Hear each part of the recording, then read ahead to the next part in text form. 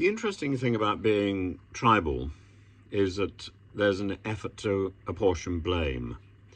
And Lol Waters says, Ray the 22 billion black hole. And I'm going to quote exactly. It is true that the OBR review does not confirm Labour's 22 billion figure, but the 9.5 billion figure referenced in the review does not necessarily prove that the 22 billion figure published by the Treasury under Labour is incorrect either, and the OBR did not say that the government made up the figure as has been claimed. This is because Labour's figure includes pressures which were identified after the OBR prepared its forecast and so were beyond the scope of the OBR's review. This includes pressures that emerged while the Conservatives were still in government and some which were linked to decisions taken under Labour. For example, its decision to accept the 2024-25 pay award recommendations in July. In its response to the OBR review, the government said that the total additional pressures facing government departments increased from the 9.5 billion identified ahead of the March 2024 forecast to the 16.3 billion at the time of the spring budget, before further increasing to 21.9 billion by the time of the general election. Full fact. Or put another way, Sunak, Hunt and the Conservatives lied. Well, I have no problem with accepting that Sunak and Hunt lied, as I equally have no problem with accepting the fact that Sunak and Hunt failed to challenge the Labour claims that the 22 billion black hole exists. Equally, I think there's no problem with accepting that Rachel Reeves lied on her CV. If she can lie in one place, she can lie in another, or at least didn't tell the truth, or at least wasn't absolutely direct. You know, one doesn't necessarily expect people in positions of power to be direct or honest, and that is the point. What you've described is a string of indistinct truth. A 9.5 that rises to 16 odd to 21.9. It keeps changing. Now this is either a lack of foresight or deceit. I don't really mind which.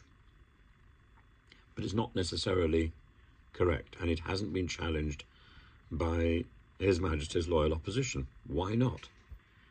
Maybe because it's even worse. The point is, there's deceit going on in all directions. And we, the public, are simply supposed to take it and say, oh, I belong to this tribe, or I belong to that tribe. One tribe is deceiving me, the other tribe is not. Well, how about this?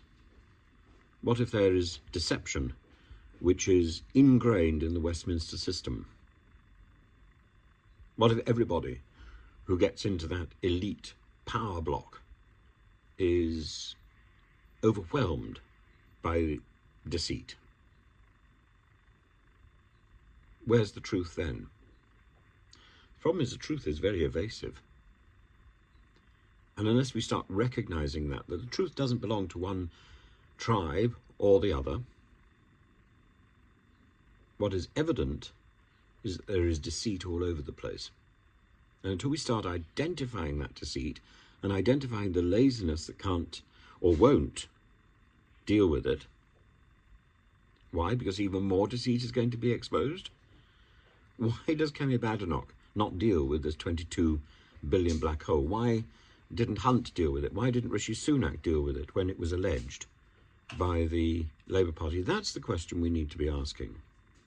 Not whether the 22 billion black hole is 21.9 or 9.5 or 16.3, but how we get to the point where His Majesty's loyal opposition fails to challenge this, and therefore provides an opportunity for the present government to completely ignore the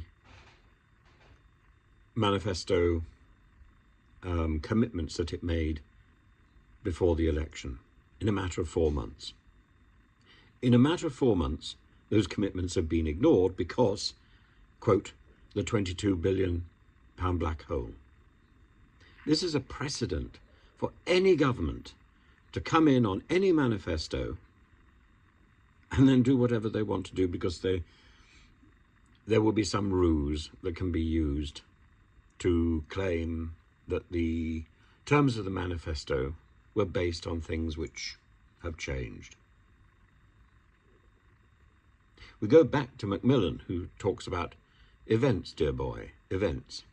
But when the government is manipulating events, as we've seen here, as maybe we even saw during COVID, as we saw during the period of austerity, as we saw during the Tony Blair administration, during the Gordon Brown administration, when we can't trust the government, it becomes much more dangerous, because we are suddenly in a position where our elections are pointless, and we need to change that fast, because the route that we are traveling is the route towards anarchy and chaos, the route where anything which is said is questioned and is unbelievable. Now, history has been here before. The end of the Roman Republic. I keep referencing the end of the Roman Republic because it's very important. That leads to civil war and then 300 years of tyranny, which then leads to the collapse of the Roman Empire, or the eradication, or the erection of the Byzantine Empire. The Byzantine Empire is as bloody and as vengeful as the Roman Empire.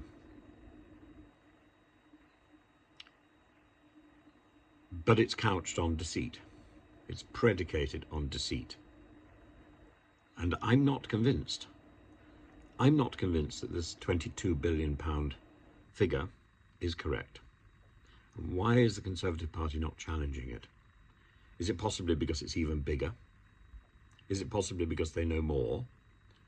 Or is it possibly because they're too lazy and too incompetent to do it?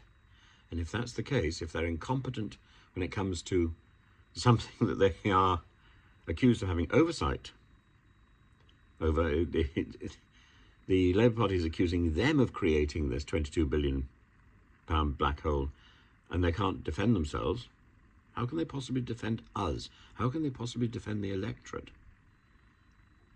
If the opposition doesn't do its job, that's the point. It's more interested in power than it is in doing its job. And that, I think, is fundamentally worrying. Maybe we've just got the wrong opposition. Maybe we need a different party in opposition. But these are the questions that need to be asked, rather than this sort of tribalism. Oh, this group says this group says that, so this group must be totally wrong and this group must be totally right.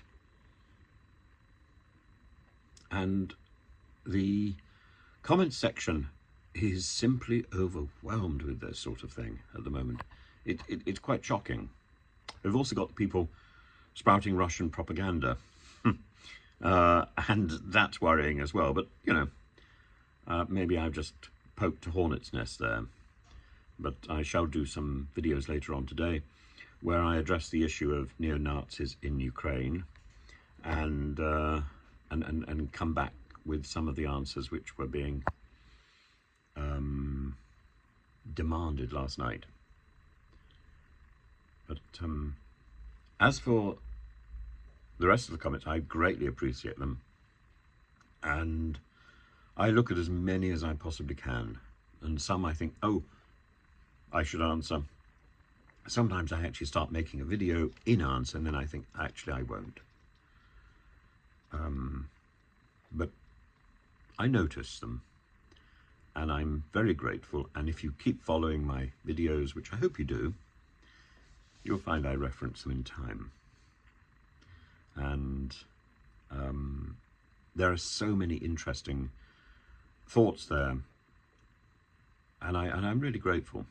really grateful for the time and the effort that people put in constructing comments and adding their thoughts. So thank you very much.